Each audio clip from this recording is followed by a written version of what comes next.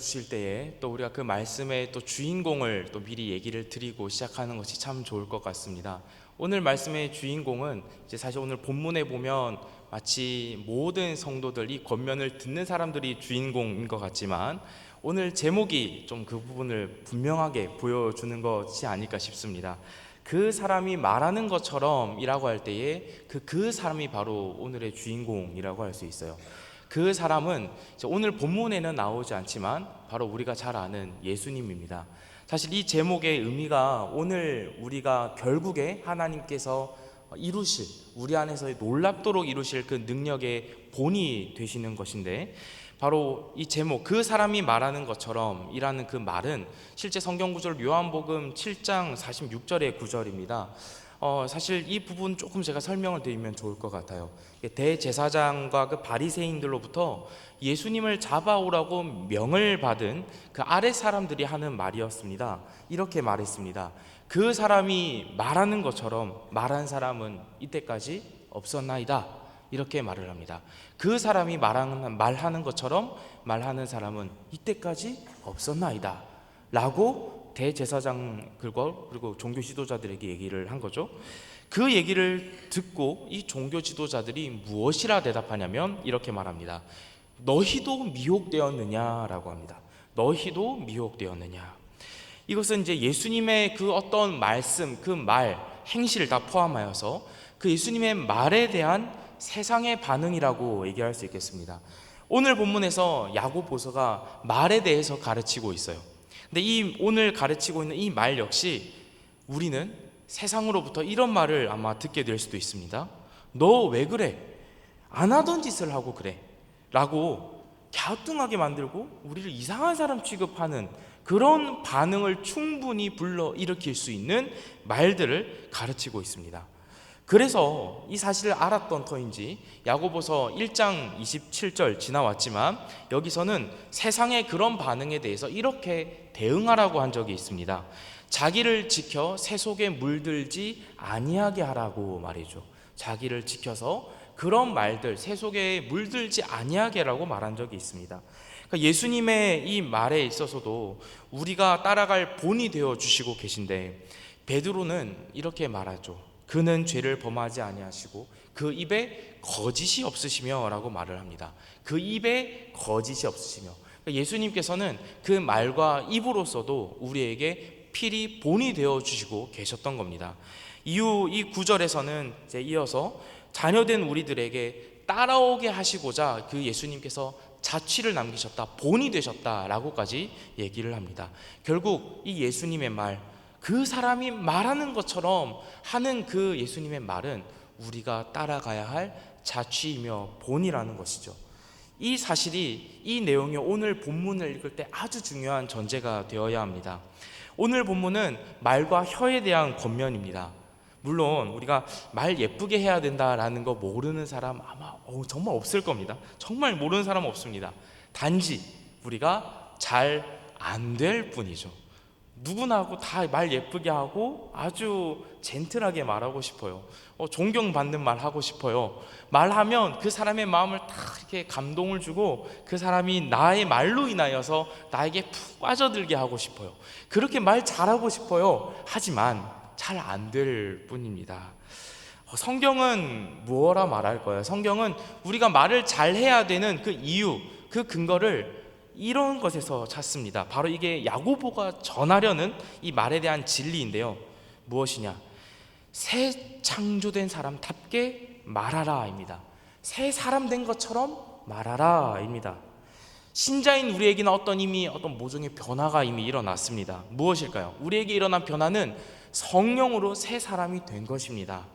그래서 이제는 예수님처럼 우리가 그 사람이 말하는 것처럼 말하는 것 사람은 이때까지 없었습니다 라고 그런 말을 들을 법하게 된 것입니다.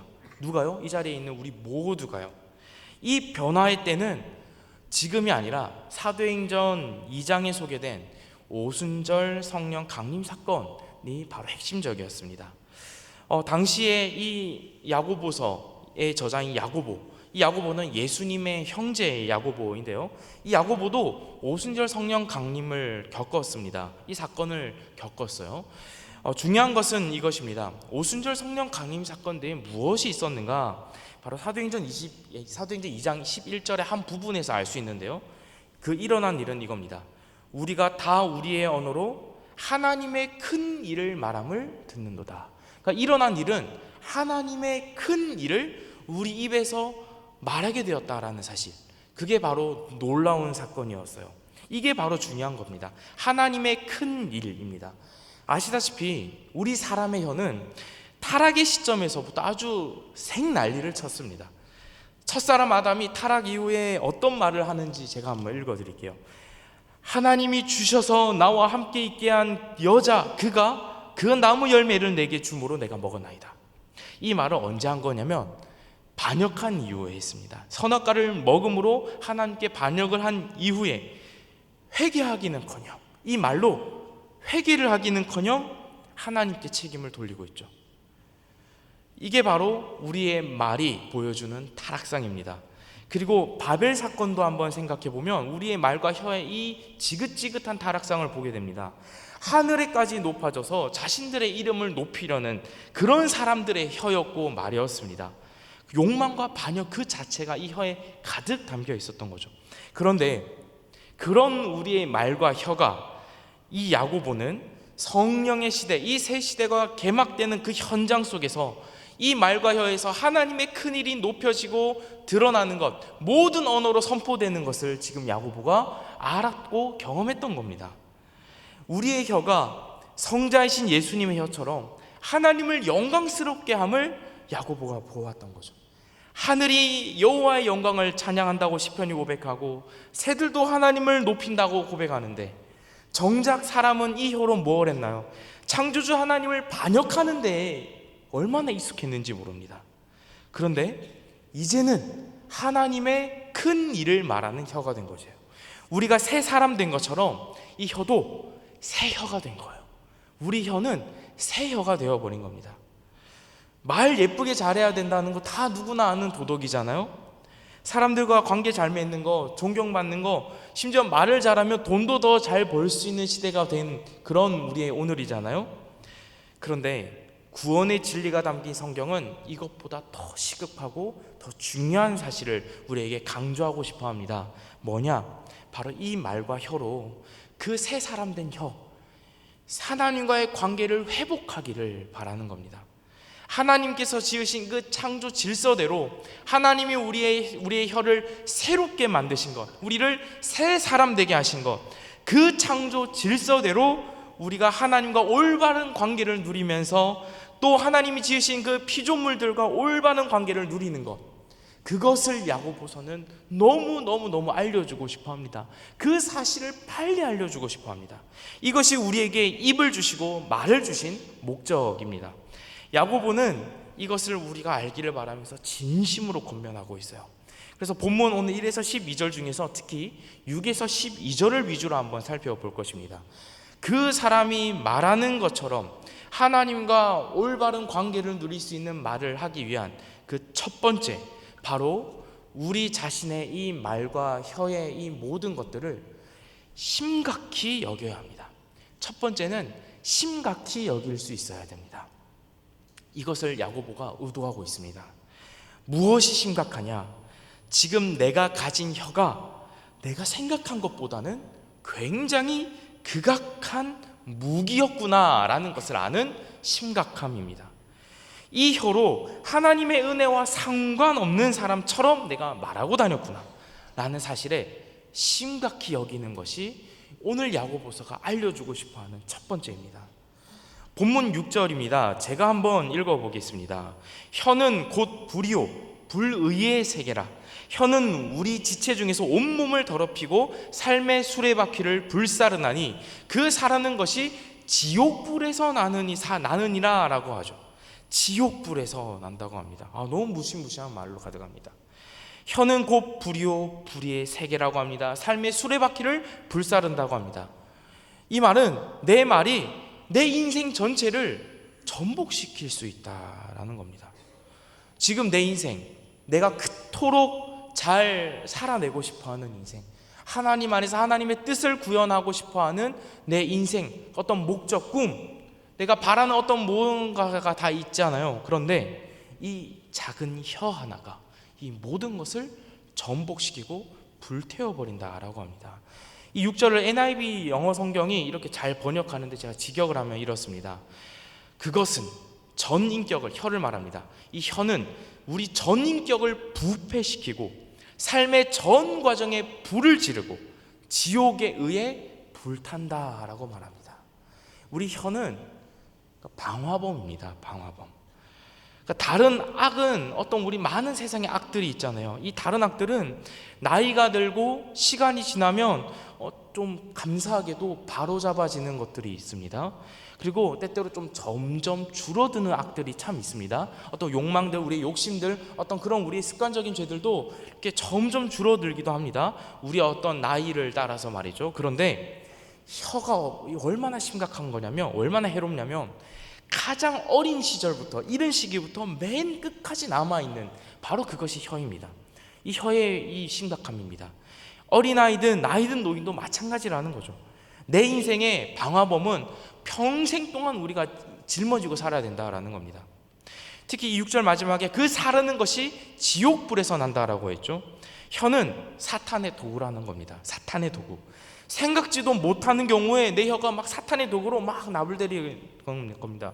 한 예로 제일 대표적인 예가 있죠. 베드로입니다. 베드로가 주님을 붙잡고 한 최고의 조언 있지 않습니까? 주님 안 됩니다 막 말렸던 장면 혹시 기억나십니까?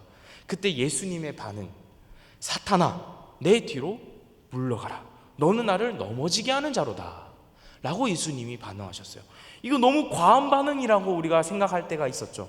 그런데 우리의 말이 그렇다는 거예요. 실제로 우리의 말은 아무리 좋은 의도로 하더라도, 이 혀는 내가 악의를 띠지 않고 선한 의도로 뭔가를 하더라도 내 혀는 사탄의 도구가 될 수 있습니다. 이처럼 우리 혀는 내 인생에 불을 지릅니다. 이 불은 사탄의 지옥불이었고요, 사탄의 도구였던 것이죠. 이어서 본문 7절과 8절을 제가 한번 읽어보겠습니다. 여러 종류의 짐승과 새와 벌레와 바다의 생물은 다 사람이 길들일 수 있고 길들여 왔거니와 혀는 능히 길들일 사람이 없나니 쉬지 아니하는 악이요 죽이는 독이 가득한 것이라. 조금 좌절이 됩니다. 이 본문에서는 사실 야고보는 이 본문에서 많은 걸 의식하고 담아내고 있는데요, 창조주 하나님에 대한 의식으로 지금 가득해 있습니다. 새 창조된 신자의 정체성을 지금 야고보가 말하고자 한다 했잖아요. 이 신자의 모습, 우리가 새롭게 새 사람이 되었다라는 그 새 창조의 개념 속에서 이 말의 문제를 지금 다루고 있기 때문에 창조의 언어를 다시 들고 오고 있습니다. 여러 생물을 길들인다라는 말, 이 말은 창조 때 하나님께서 사람에게 주신 그 지상 명령이 깔려 있죠. 그처럼 지금도 우리는 동물들에게 지배받지 않습니다. 기르고 있습니다. 햄스터를 기릅니다. 강아지를 기릅니다. 길들여서 내 뜻대로 움직여가죠. 그런데 이상합니다. 그 많은 생물들을 정복하고 다스리면서 이 작은 혀 하나를 능히 길들일 사람이 없다라고 말합니다. 이 이상함은 창조 명령을 아는 하나님의 백성들만이 느낄 수 있는 비상경고문 같은 것입니다. 비상경고, 지금 경고가 막 울리고 있는 겁니다.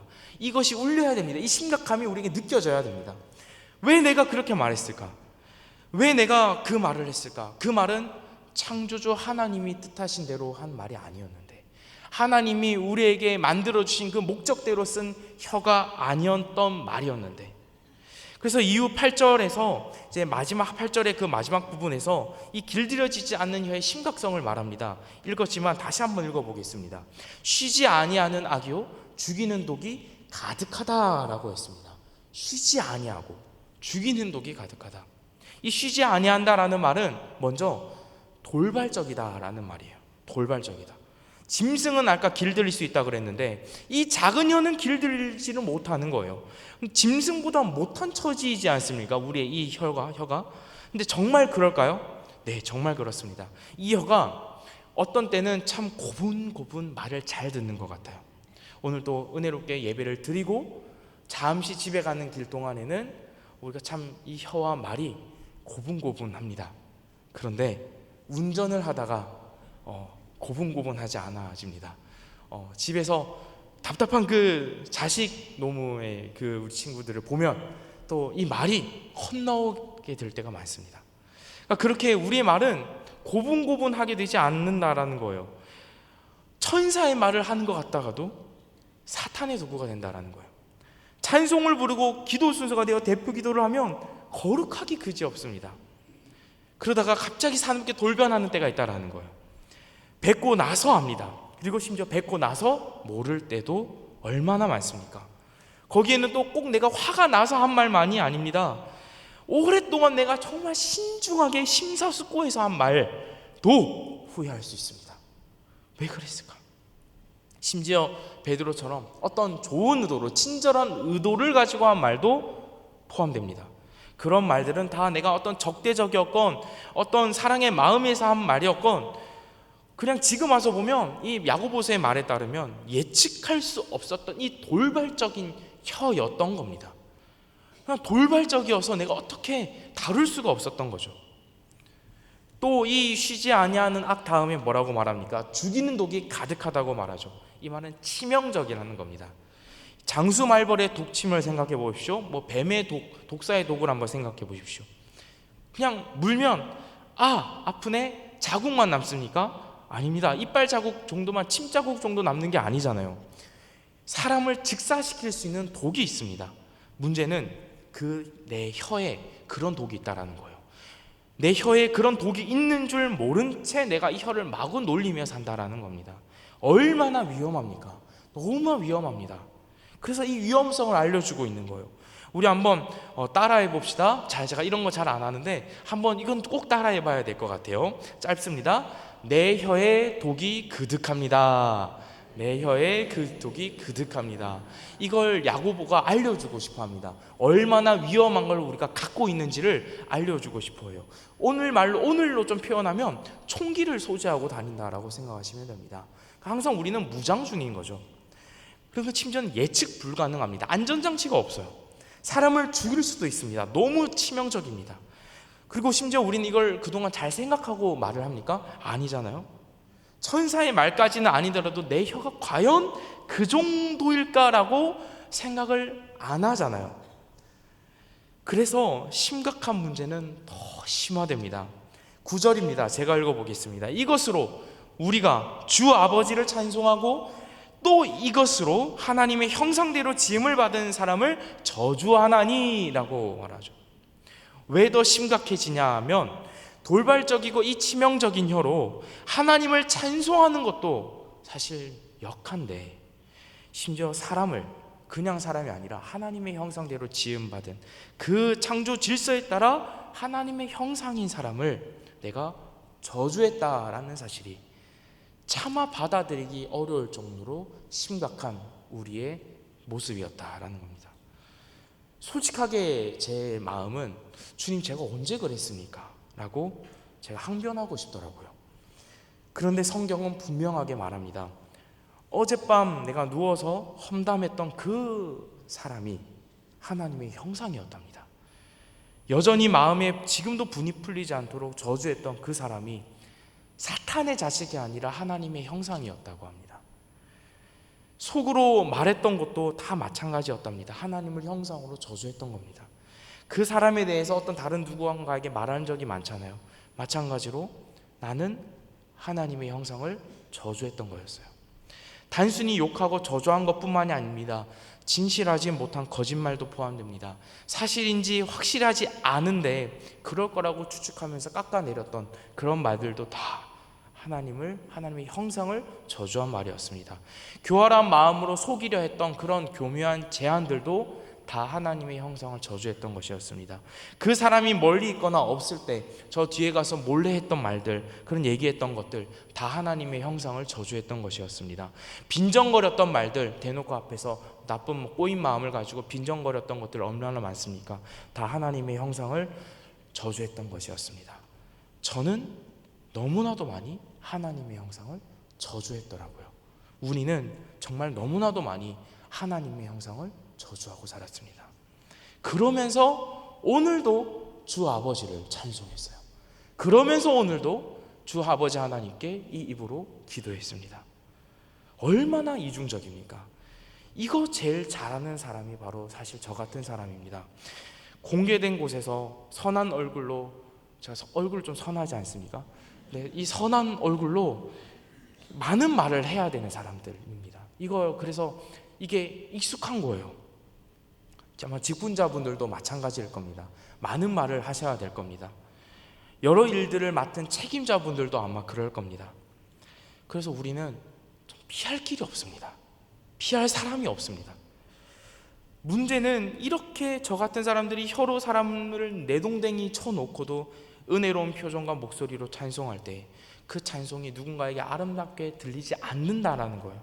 혀로 사람을 죽여놓고 제가 만약에 설교를 하면 그 사람에게 설교가 들리겠습니까? 그 주변에 있던 그 사람에게, 또 어떤 제3자에게 설교가 들리겠습니까? 험담의 자리에 함께 있었던 사람들, 그 사람이 하는 말이 은혜롭게 그 기도 소리가 들리겠습니까? 특히 그런 피해를 가장 많이 보는 사람들이 가족들이죠. 가족들. 그래서 가족들은 기도하는 모습도 보기 싫은 그런 고백을 할 때가 얼마나 많습니까? 실족하게 하는 겁니다. 이것이 무서운 겁니다. 정말 무서운 범죄입니다. 죄송하고 미안하고 부끄럽기 그지 없습니다. 그래서 오늘 본문 1절이 진작부터 이렇게 말하고 시작했습니다. 선생된 우리가 더 큰 심판을 받을 줄 알고 라고 말합니다. 선생된 자격이 없는 사람이 혀를 잘못 휘두르면 공동체 전체를 불구덩이석으로 다 들이밀어 버립니다. 또 이 1절 말씀은 또 다른 의미로는 내가 그 사람보다 선생이라는 전제를 하는 그런 말을 말하기도 합니다. 그러니까 내가 그 사람보다 사실상 낫다고 생각하기, 나는 그 사람을 가르칠 수 있다고 생각하기 때문에 혀로 내리치는 거죠. 혀를 멈추면 마치 그 사람은 계속 내 마음에 안 드는 말을 할 것이라고 믿기 때문입니다. 혀로 때려줘야 그 사람이 스스로 무엇을 해야 되는지 알게 될 것이라고 그렇게 믿기 때문에, 이런 선생된 의식, 누가 줬는지 몰라요. 그런데 누가 임명한지도 몰라요. 그런데 선생된 의식, 그것 때문에 내가 더 큰 심판을 받을 자리에 날마다 나아가고 있었던 겁니다.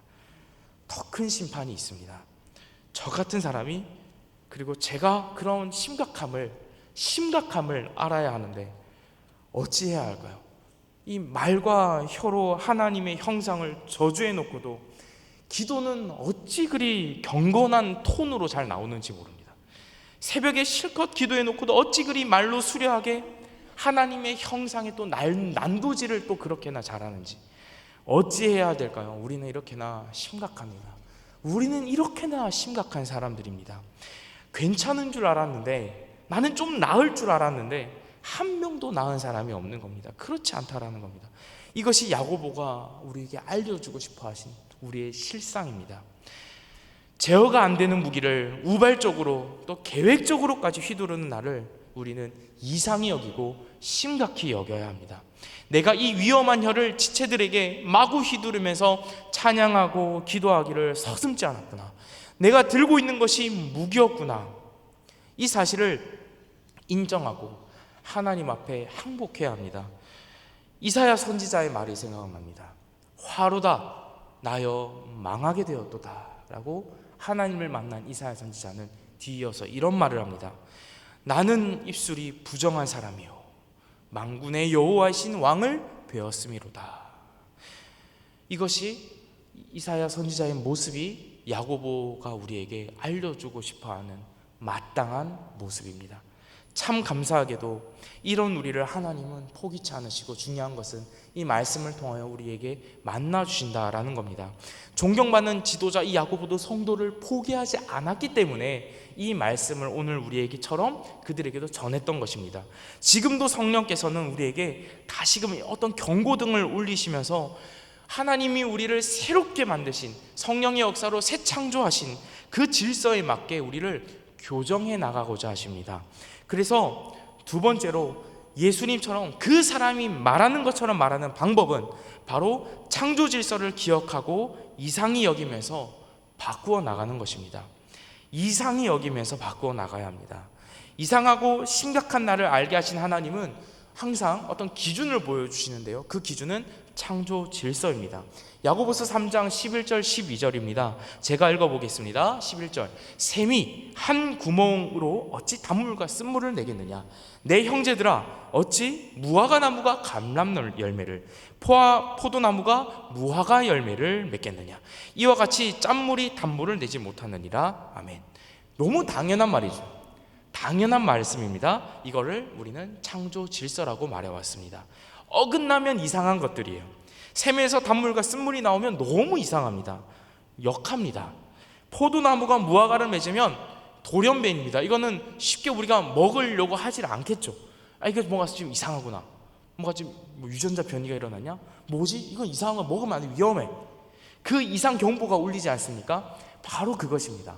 창조 질서라는 어떤 우리가 알고 있는 그 하나님의 기준을 이미 우리 마음에 주셨습니다. 말씀으로 매번 가르치고 계십니다. 그것에 따라서 이상함을 느껴야 된다는 겁니다. 창세기 1장 11절 12절, 아까 읽은 것과 절까지 같은데 여기에 똑같은 이 말을 합니다. 제가 읽어보겠습니다. 각기 종류대로 씨 가진 열매 맺는 나무를 매라 라는 부분을 얘기를 합니다. 하나님이 이런 말씀을 하시죠. 아까 이 야고보서가 3장 11, 11절이 말하는 그 창조 질서처럼 창세기 1장 11, 12절로 그 식물, 하나님이 만드신 이 자연물의 그 창조 질서를 말하고 있습니다. 열매를 맺게 하신 하나님의 창조 원리는, 그 핵심은 종류대로입니다. 채소와 각기 종류대로. 마찬가지입니다. 우리도 마찬가지예요. 어떤 종류냐면 새 시대의 사람이라는 종류대로입니다. 성령의 사람이라는 종류입니다. 하나님이 새 창조, 한 새 사람이라는 종류입니다. 우리가 익숙한 표현으로는 신자라는 종류입니다. 하나님의 백성이라는 종류입니다. 하나님의 은혜를 맛본 사람이라는 종류입니다. 하나님 없이는 못 사는 사람이라는 종류입니다. 이 종류대로 우리의 혀를 쓰라는 겁니다.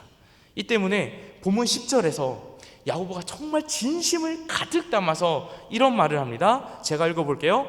한 입에서 찬송과 저주가 나오는도다. 내 형제들아, 이것이 마땅하지 아니하니라 합니다. 오늘 우리가 성경 봉독한 마지막 구절이죠. 이 원문의 느낌, 이 10절의 원문의 느낌은요, 야고보의 호소와 책망으로 가득 담겨 있습니다. 직역하면 이렇게 먼저 말을 해야 됩니다.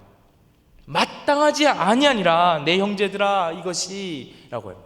마땅하지 아니하니라 형제들아, 이렇게 말합니다. 마땅하지 않은 겁니다. 이것은 질서대로가 아니다, 이상하다, 돌연변이다 라는 말이에요. 본질적으로 옳지 않아 라는 겁니다. 그러니까 야고보는 이 창조 질서라는 하나님이 우리에게 주신 자연스러운 그 질서, 그 질서를 우리가 벗어나서 이 혀를 마구 놀리는 그것을 이상하고 심각히 여겨야 된다라고, 우리를 마땅하지 않는 모습이라고 계속 호소하고 있는 겁니다. 지금 야고보서의 오늘 이 전체 본문은 마치 부정어가 굉장히 많습니다. 뭐뭐 하면 못한다, 길들이진 못한다, 뭐 이런 부정어들로 가득한데, 이것들은 우리를 정죄하고 포기시키려는 의도로 쓰여진 게 아닙니다. 맨 처음부터 얘기를 드렸던 것처럼 우리가 하나님의 새 창조된 사람, 성령의 사람, 새 사람, 새 혀, 그 사실을 알려주고자 하는 야고보의 의도입니다. 위급성을 깨닫게 하려고 하는 겁니다. 우리를 설득하고 진심을 전해서 어떻게든 선한 것을 추구하게 만들려는 하나님의 마음으로 가득 담겨 있는 겁니다. 우리 혀에게서 보이는 이상 증세가 있다면 그것을 지금 당장 알아차리도록 권면하고 있습니다. 예전에 교회를 이제 오랜 전통 속에서 교회를 다스린 이제 지도했던 지도자들 중에 이제 교부라는 사람들이 있습니다. 그 교부 중에 이제 어거스틴이라는 사람들이 있는데, 어거스틴이 이 본문 이제 특히 8절 길들일 수 없느니라 하는 말을 이렇게 해석합니다. 야고보가 아무도 혀를 길들일 수 없다고 말하는 게 아니라 인간 중 아무도 없다라고 말하는 것이다. 그래서 혀가 길들여질 때 우리는 이것이 하나님의 도움과 은혜로 이루어졌음을 고백한다. 무슨 말이냐면 예수님이 이런 말씀을 하신 적이 있죠. 사람으로서는 할 수 없으나 하나님으로서는 능히 하실 수 있느니라. 아멘. 우리의 이 위험하고 길들일 수 없는 돌발적이고 치명적인 이 혀가 하나님의 성령의 능력으로 다루어지기 시작한다라는 겁니다. 놀랍도록 하나님의 뜻대로 사용되기 시작한다라는 겁니다. 실제로 지금까지 살아오시면서 우리가 많은 사람에게 안 좋게 쓰기도 한 이 혀가 사실 또 얼마나 많은 사람들을 살리는 혀로 쓰이기도 했었습니까? 야고보는 성령 하나님이 일하셔서 우리의 이 말이 창조 질서대로 완전히 순응하게 만들 수 있다라는 소망을 갖고 있었습니다. 세상은 이해 못합니다. 세상은요, 우리를 이 뒷담화하는 것에 같이 포함시킵니다. 하자고 말합니다. 누군가를 얕잡아 보자고 말합니다. 저주하자고 말합니다. 자랑하자고 말합니다. 조종하자고 말합니다. 거짓말로 가르치자고 말합니다. 과장하자고 말합니다. 불평하자고 말합니다. 아첨하자고 말합니다. 거짓말하고 죽이자고 말합니다. 음탕한 말로 우리 함께 그 일을 도모하자고 말합니다. 분노하자고 말합니다. 이렇게 우리 함께 연대하자고 말합니다. 그래서 세상은 오늘 야고보가 말한 것을 이해 못합니다. 그래서 이렇게 말할 것입니다. 미혹됐냐? 너 뭐 미친 거 아니야? 너 어디 속은 거 아니야?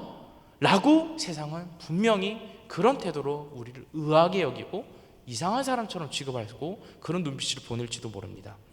그래서 그런 환경 속에서 우리는 다시 한번 또 살게 될 것입니다. 예배당을 또 벗어나서 일터로 돌아가시고 또 심지어 가정에서도 심지어 길을 가시다가도 우리는 분명 이 같은 도전을 마주하게 될 것입니다. 그러나 주님 다시 오실 때까지 이 혀를 주님 뜻대로 사용하고자 하는 그 온전함은 불가능하지만 야고보는 그 모습이 우리에게 어울리기 때문에, 그게 우리의 하나님이 지으신 우리의 모습에 가장 맞기 때문에, 본질에 맞기 때문에 우리는 그 미혹되었느냐라는 소리를 듣기를 추구하기를 바랍니다. 그 사람이 말하는 것처럼 말하는 사람은 이때까지 없었다 라고 그 말을 들을 수 있는 사람이 되었다 라고 말합니다. 이제 우리의 혀는 성령 하나님으로 인하여서 장성한 분량에 이르게 하는 혀가 되었습니다. 누군가를 살리는 혀가 분명히 되었습니다. 하나님의 뜻에 따라 다스리고 누군가를 권하고 성장시키는 혀가 되었습니다. 때문에 당장의 가정으로 돌아가신다면 자녀들에게 용기 잃지 않도록 그 자녀들을 독려하고 그 가정을 세우는 혀로 쓰시기를 바랍니다. 이 혀가 우리의 전 인생을 불태울 수 있지만 그 혀로 온 가정을 살려내기도 할 것입니다. 사람을 살리고 또한 교회를 살리는 혀가 될 것입니다. 하나님 나라를 세우는 데 쓰이는 혀가 될 것입니다. 흥하게 하는 혀가 될 것입니다. 위로하고 격려하는 혀가 될 것입니다. 창조주 하나님을 찬양하는 혀가 될 것입니다. 하나님의 형상인 형제를 높이는 혀가 될 것입니다. 잠언 10장 11절 말씀에 의인의 입은 생명의 샘이라고 했습니다. 우리의 입을 말합니다. 우리의 입은 생명의 샘입니다. 선한 말은 꿀송이 같아서 마음에 달고 뼈에 양약이라고 했습니다. 우리의 혀가 그토록 귀중합니다. 누군가에게 양약이 되고 꿀송입니다. 우리가 위험천만한 입을 갖고 있지만 성령께서 우리 혀를 쓰시고자 하시니 이 혀를 하나님의 뜻대로 하시도록 하나님께 내어드리는 인생을 사시기 바랍니다. 이 혀를 하나님의 뜻대로 하실 때에, 뜻대로 드릴 때에, 오늘 본문이 우리가 읽진 않았지만 이 작은 혀가 배를 움직이는 키가 된다라고 했던 것처럼 우리의 신앙 인생을 선하게 순적하게 노를 저어 나아가는 귀한 키가 되어서 하나님의 그 높은 뜻대로, 그 높으신 부르심대로 우리 날마다 이 혀를 선하게 사용하게 될 것입니다. 우리는 모두가 다 그 사람이 말하는 것처럼 말한 사람이 될 것입니다. 기도하겠습니다. 하나님 아버지 감사합니다. 하나님께서 우리가 가진 이 귀한 말과 혀가 얼마나 위험천만하고 얼마나 하나님의 뜻대로 사용하지 않을 수 있는지를 알려주셨습니다. 주님, 우리에게는 이 혀를 쓸 때마다 하나님의 뜻을 벗어나는 그런 위급성과 심각함과 이상함이 날마다 있어야 합니다. 성령 하나님, 우리의 마음을 깨우쳐 주셔서 우리의 혀가 아버지의 뜻대로 사용되게 하여 주시옵소서. 사람을 살리는 혀가 되게 하여 주시옵소서. 우리의 가정을 살리는 혀가 되게 하여 주시옵소서. 우리 교회를 부흥케 하는 혀가 되게 하여 주시옵소서. 주님을 찬송하는 혀가 되어 온 우리의 전 인생이 아버지 하나님께 찬송이 되기를 간절히 소망합니다. 예수님의 이름으로 기도합니다. 아멘.